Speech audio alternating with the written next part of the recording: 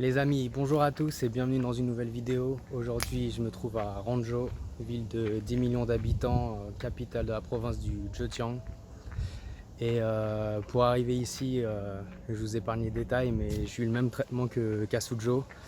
Et d'ailleurs, si t'as pas vu la vidéo de Suzhou, je te mets un lien juste là pour aller la voir. Et actuellement, je me trouve dans le pavillon Changhuang, City God, ou Dieu de la ville. Donc on va aller explorer ça.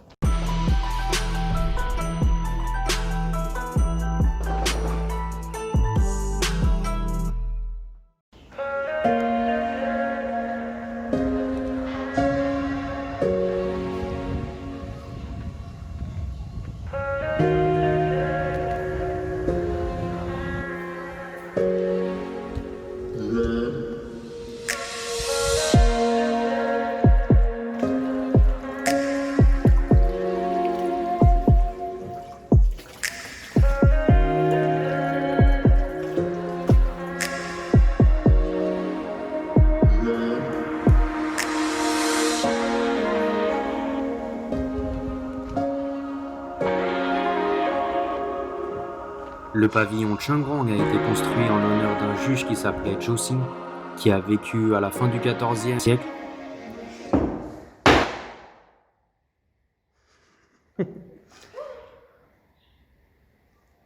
Et pour expliquer rapidement cette scène, c'est une représentation d'un tribunal chinois à l'époque.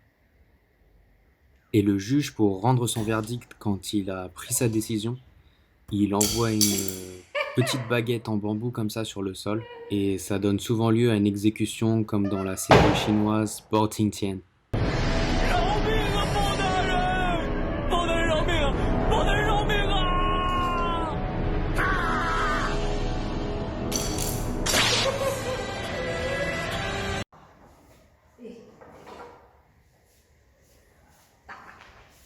Bon, évidemment, ça finit pas toujours par une exécution. Ça peut aussi être des coups de bâton sur les fesses, par exemple.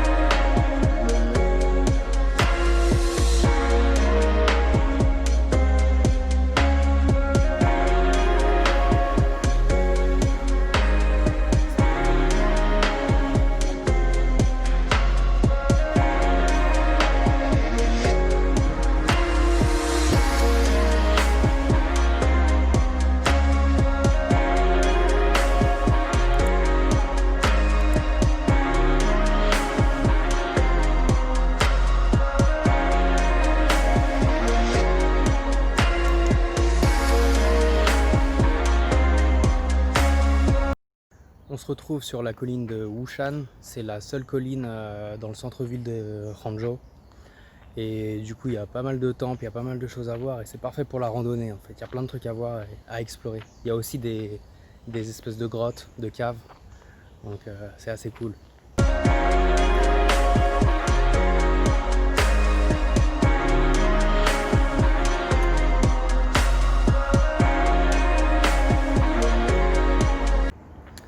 Donc là on descend la montagne et vous voyez c'est que des marches, du coup ça me fait penser à... En fait toutes les montagnes chinoises sont comme ça. Les montagnes d'Avatar, Zhangjiajie, Huashan, toutes les montagnes en fait, tous les parcours de randonnée, c'est que des marches en fait. Si vous vous attendez à faire vraiment de la, je sais pas, de la randonnée, marcher dans des terrains, des petits chemins de terre et tout, c'est pas ça.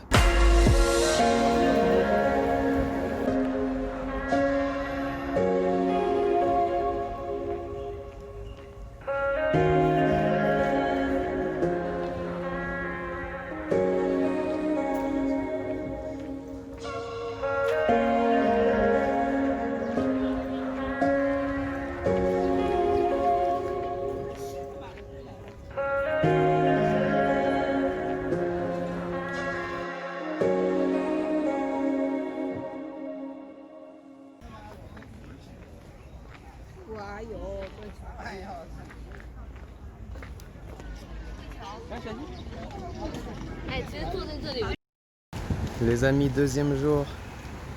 Et regardez où on est. Regardez le paysage magnifique.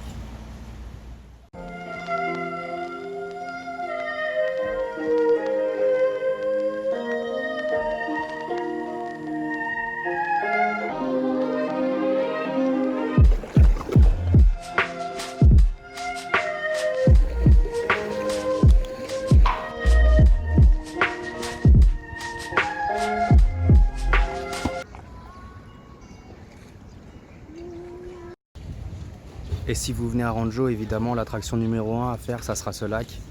C'est considéré comme l'un des plus beaux lacs de Chine et en juin 2001, il a été classé au patrimoine mondial de l'UNESCO.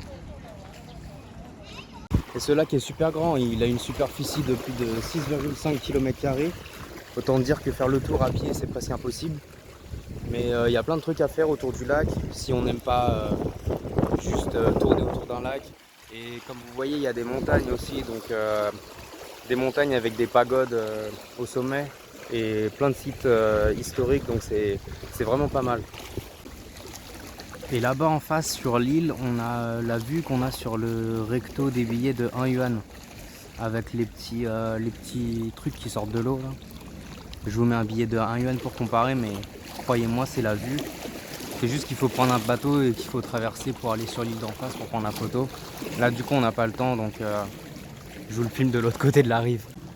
Et donc Ranjo, au temps de Marco Polo, au XIIIe siècle, c'était considéré comme la plus belle ville du monde.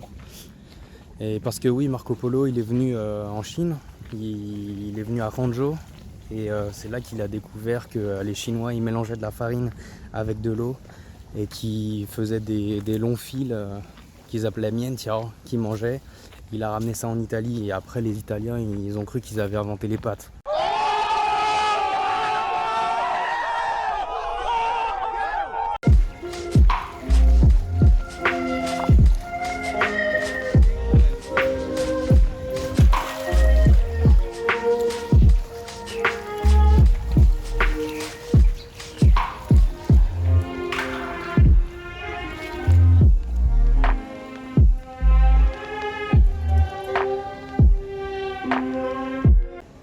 On se retrouve dans le temple de Yue-Fei.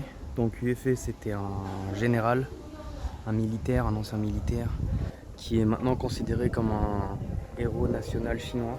C'est lui là d'ailleurs sur la photo. Là on remonte au XIIe siècle, en 1100. Il est considéré comme un héros parce qu'il a mené la guerre contre l'invasion d'un peuple mandchou. Donc là on va voir la tombe du général Yue-Fei. On voit des statues d'animaux et de divinités de chaque côté. Et le plus intéressant, c'est ces statues là qui sont agenouillées. Deux statues ici, qui représentent en fait l'empereur, sa femme, qui l'ont accusé à tort et qui ont ordonné son exécution. Et deux autres personnes aussi qui étaient ses haters quoi, et qui ont entraîné sa mort. Et donc voilà, là c'est la tombe de Yue-Fei sous ce dôme. Et sous le dôme d'à côté, c'est la tombe de son fils aîné. Et donc vous voyez là, il a les dieux de chaque côté. Et au fond, il y a ses haters qui sont encagés.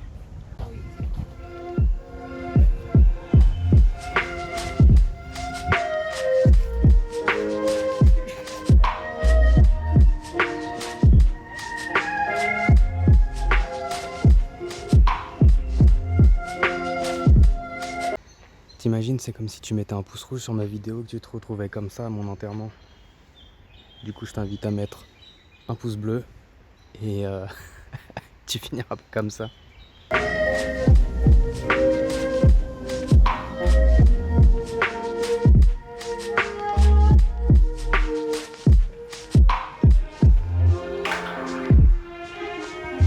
On a quitté le temple et en 2-3 coups de vélo, on se retrouve dans la villa Guo.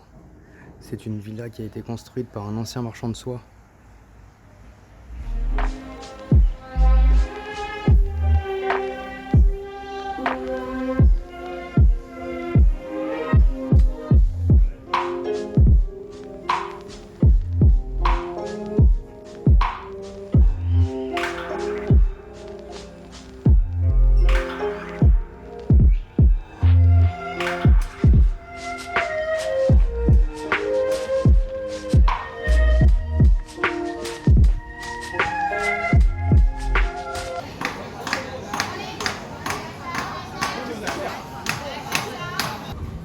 fin d'après-midi, là on se retrouve dans le quartier historique de Ranjo.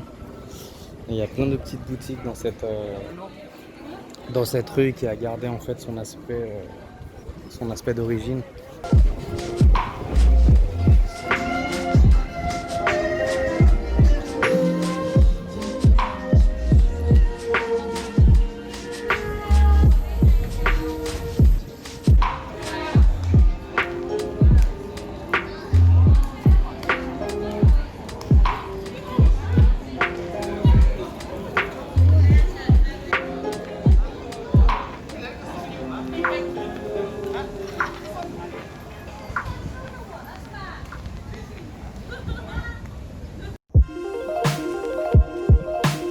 Troisième et dernier jour, on se retrouve dans le parc national Sissi.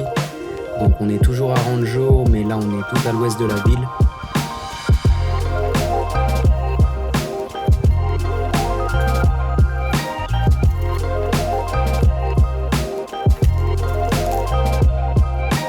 Le parc fait 10 km², c'est un ensemble de zones humides, on retrouve des petits lacs, des étangs et encore des marécages. Pour être honnête, il n'y a pas grand chose à faire, faut aimer la nature et se promener comme ça sur les chemins, les petits pontons.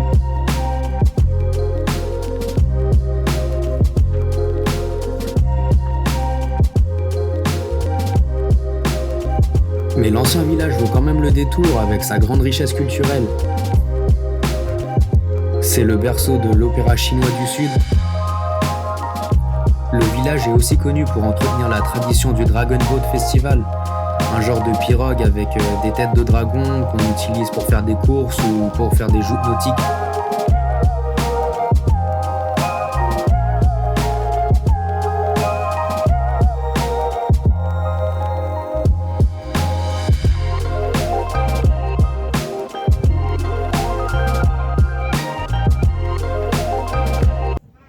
Regarde, là on est dans le village et il y a un mur en terre. Et regarde au-dessus, là, il y a des perruques. C'est fait en touffe de cheveux. What the fuck? Sérieux?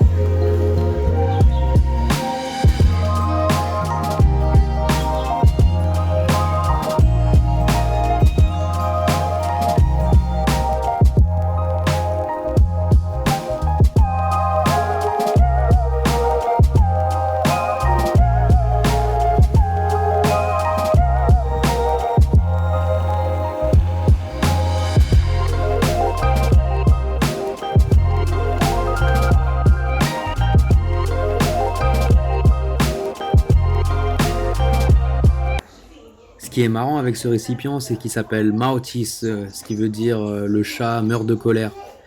Parce qu'avant, il mettait du poisson à l'intérieur et il y avait 2 fentes sur le dessus. Et donc le chat pouvait sentir l'odeur du poisson, mais il pouvait pas l'attraper. Du coup, il avait tellement la haine qu'il en mourait, quoi.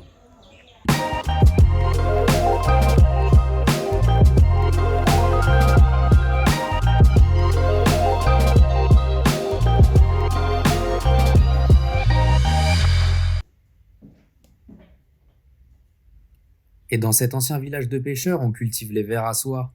On peut même en voir des vrais dans le musée.